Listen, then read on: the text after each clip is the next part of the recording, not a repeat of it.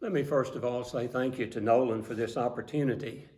I have to admit, this is my first time for streaming anything. I got to thinking, who would have thought that Concord would be streaming? We've come a long way since swamp coolers and pot-bellied stoves, but then times are changing and we're changing with it. Years ago, I worked on a radio station.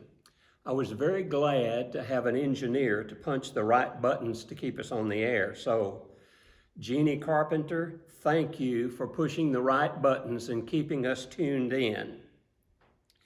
And thanks also to all of you for tuning in.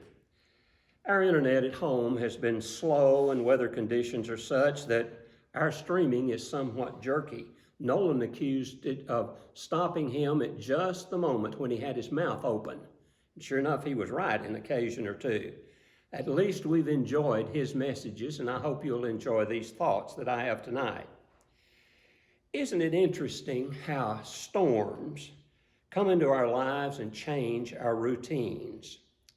Vera and I have stayed pretty close at home with this virus storm. In a way, that's good. We've talked, we've watched television. I've caught up on some old movies that I hadn't seen in years. We've walked in the pasture and we've eaten very well.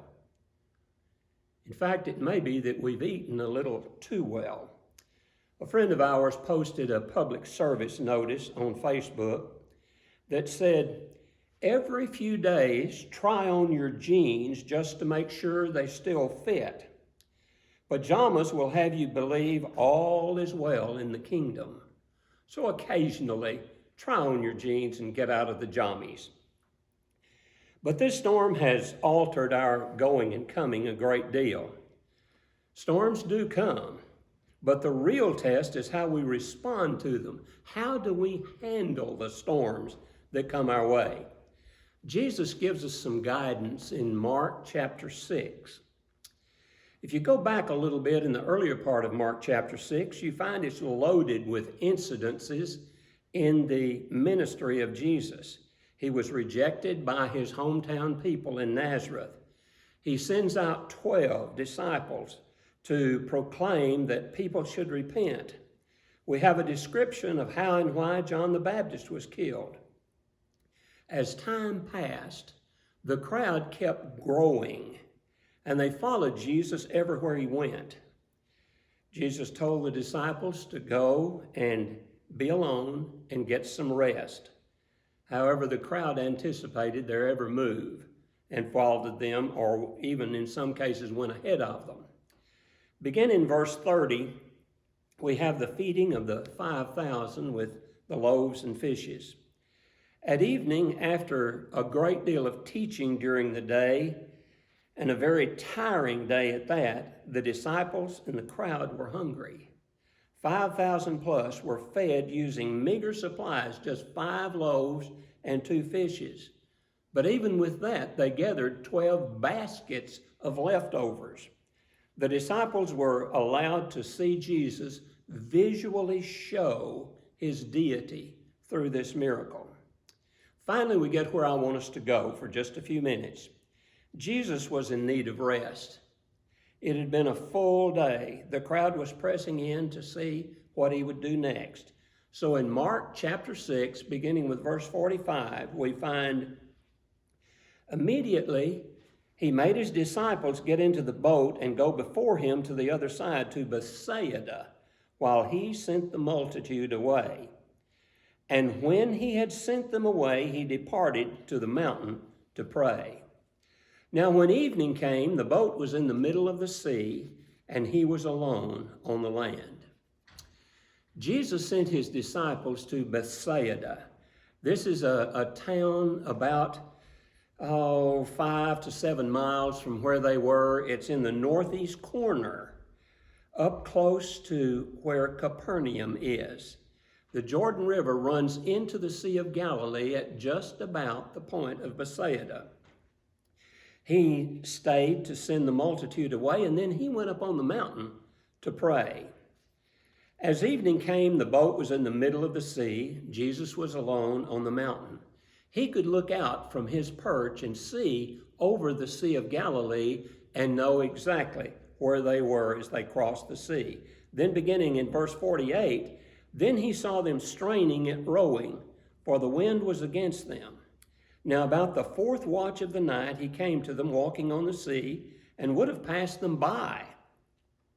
And when they saw him walking on the sea, they supposed it was a ghost, and cried out. For they all saw him and were troubled. But immediately he talked with them and said to them, Be of good cheer. It is I. Do not be afraid. Then he went up into the boat with them, and the wind ceased, and they were greatly amazed in themselves beyond measure and marveled, for they had not understood about the loaves, because their heart was hardened. Two miracles are included in chapter 6 of Mark. The biggest miracle of Jesus' ministry, feeding of 5,000, is there, and second, a storm on the Sea of Galilee. One was a pleasant opportunity. It gave the disciples an opportunity to see Jesus at work. The other was a struggle for the disciples to reach their appointed goal, getting to Bethsaida. The disciples experienced them both, but I want us to focus for just a minute on this second miracle. Storms of life come to us today. All kinds of storms come to all kinds of people. Some are major blows that just cannot go unnoticed. If you watch television today, you know exactly what I mean. You turn on the television and there it is all over everywhere. We're fascinated by storms, whatever they may be. They get our attention. But we're uneasy about the outcome because of the unknown. Major blows keep us following them, and thus, according to the media, they're newsworthy. Yet, we aren't even aware that some people have storms that are not as great as the storm we're seeing today. People have a tendency to carry these storms around with them. Bottled up storms can be just as destructive as the gale force ones that everyone sees. But let's look at this storm in the disciples' life. We can learn a great deal about handling our storms from how they handled their storm. We can also see how Jesus responded to their storm and will respond to ours if we'll just let him. The first thought that came to mind here is we can observe 5 things that Jesus did for the disciples during this storm. The first one is found in verses 46 and 47. It says, he prayed.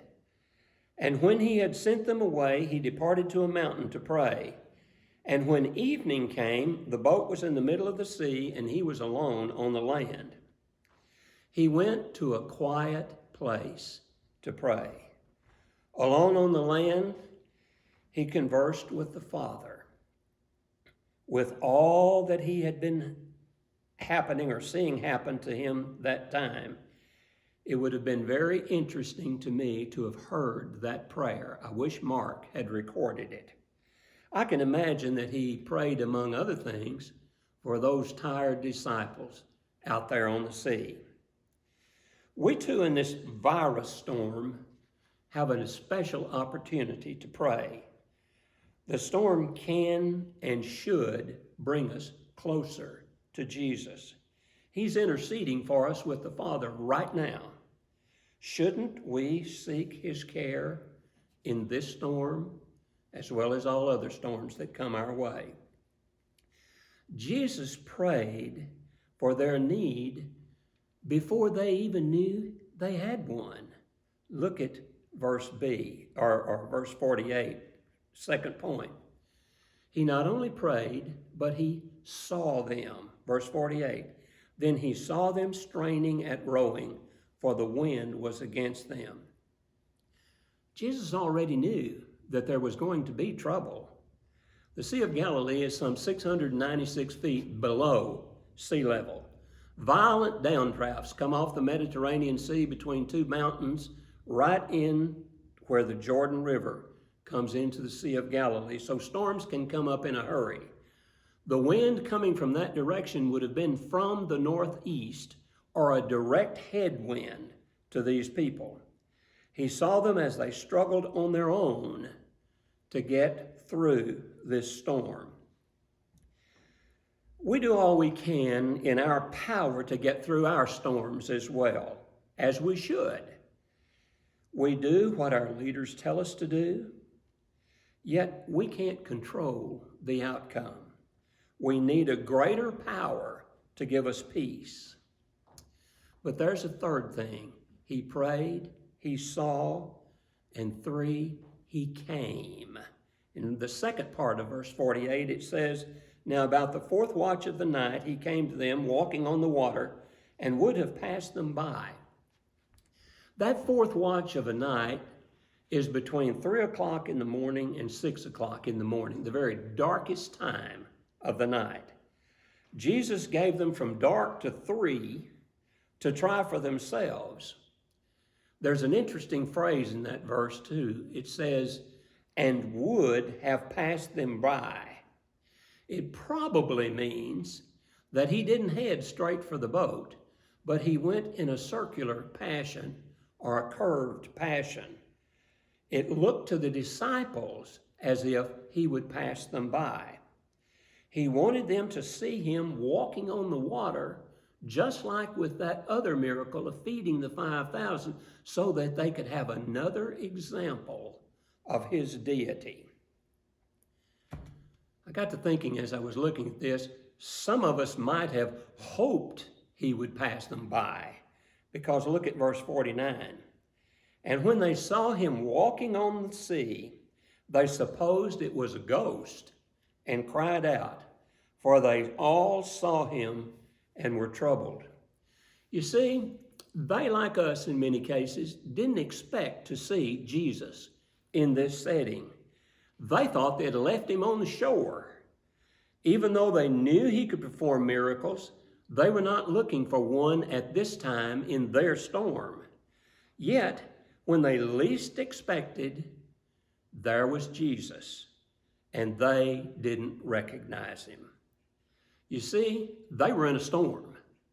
Their minds was elsewhere. They were preoccupied with the storm.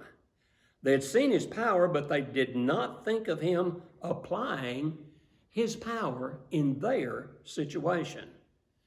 After all, you see, they had left him on the shore.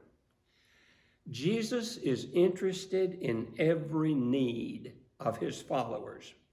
He's where we should turn first when we encounter a storm.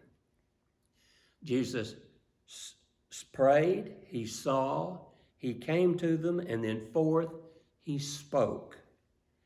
In the middle of their storm, he gently spoke in his still voice of encouragement.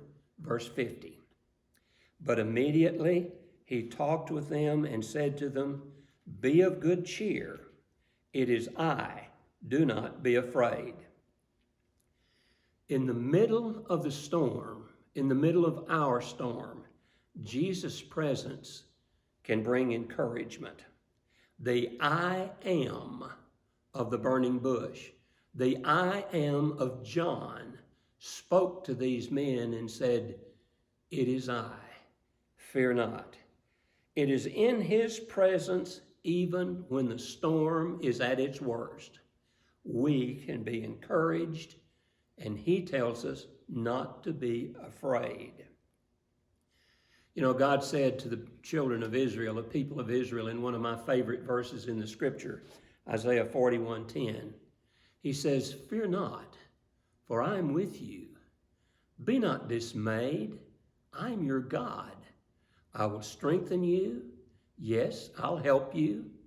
Yes, I'll uphold you with my righteous right hand."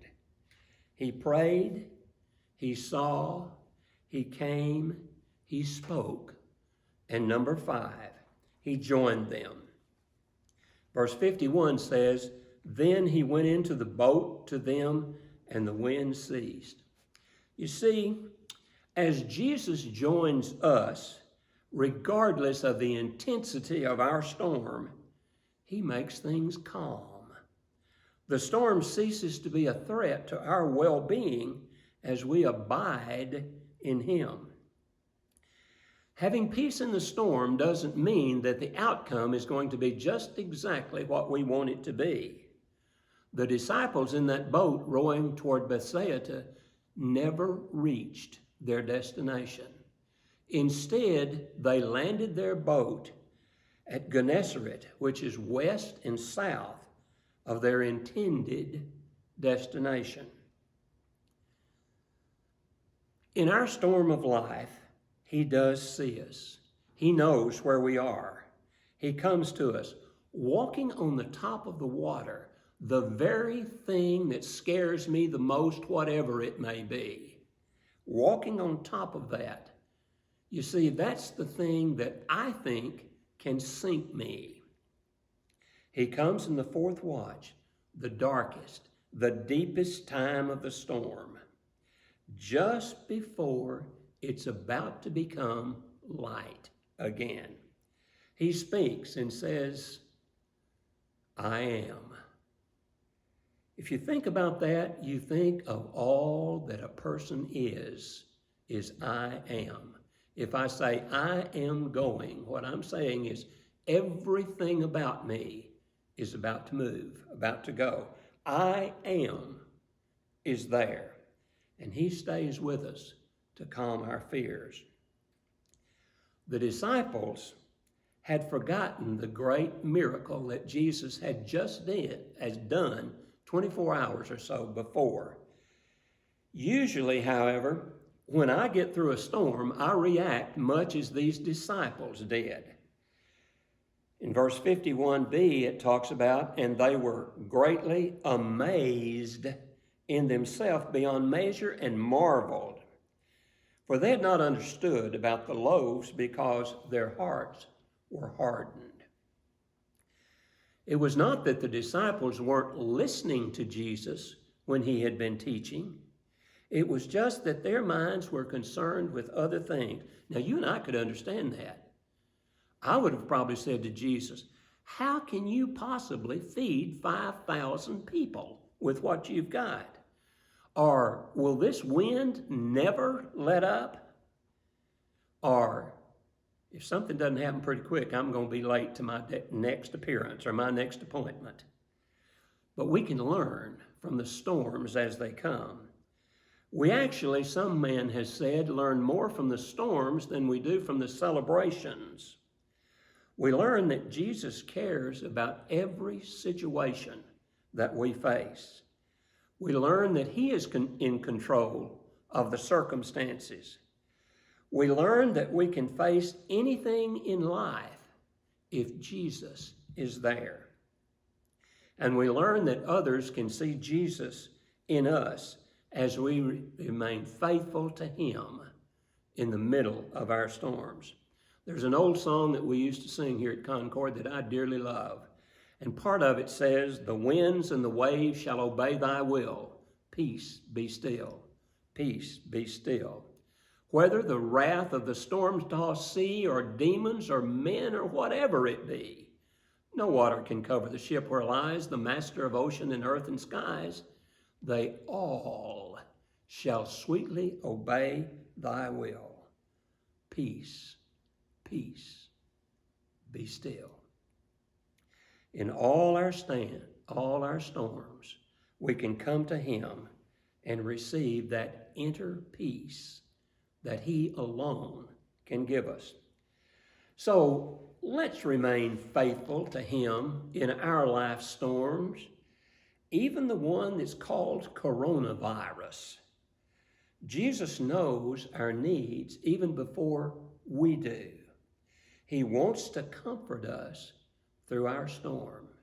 So I would leave you with this thought. He will comfort us through our storm if we will just allow Him to do so.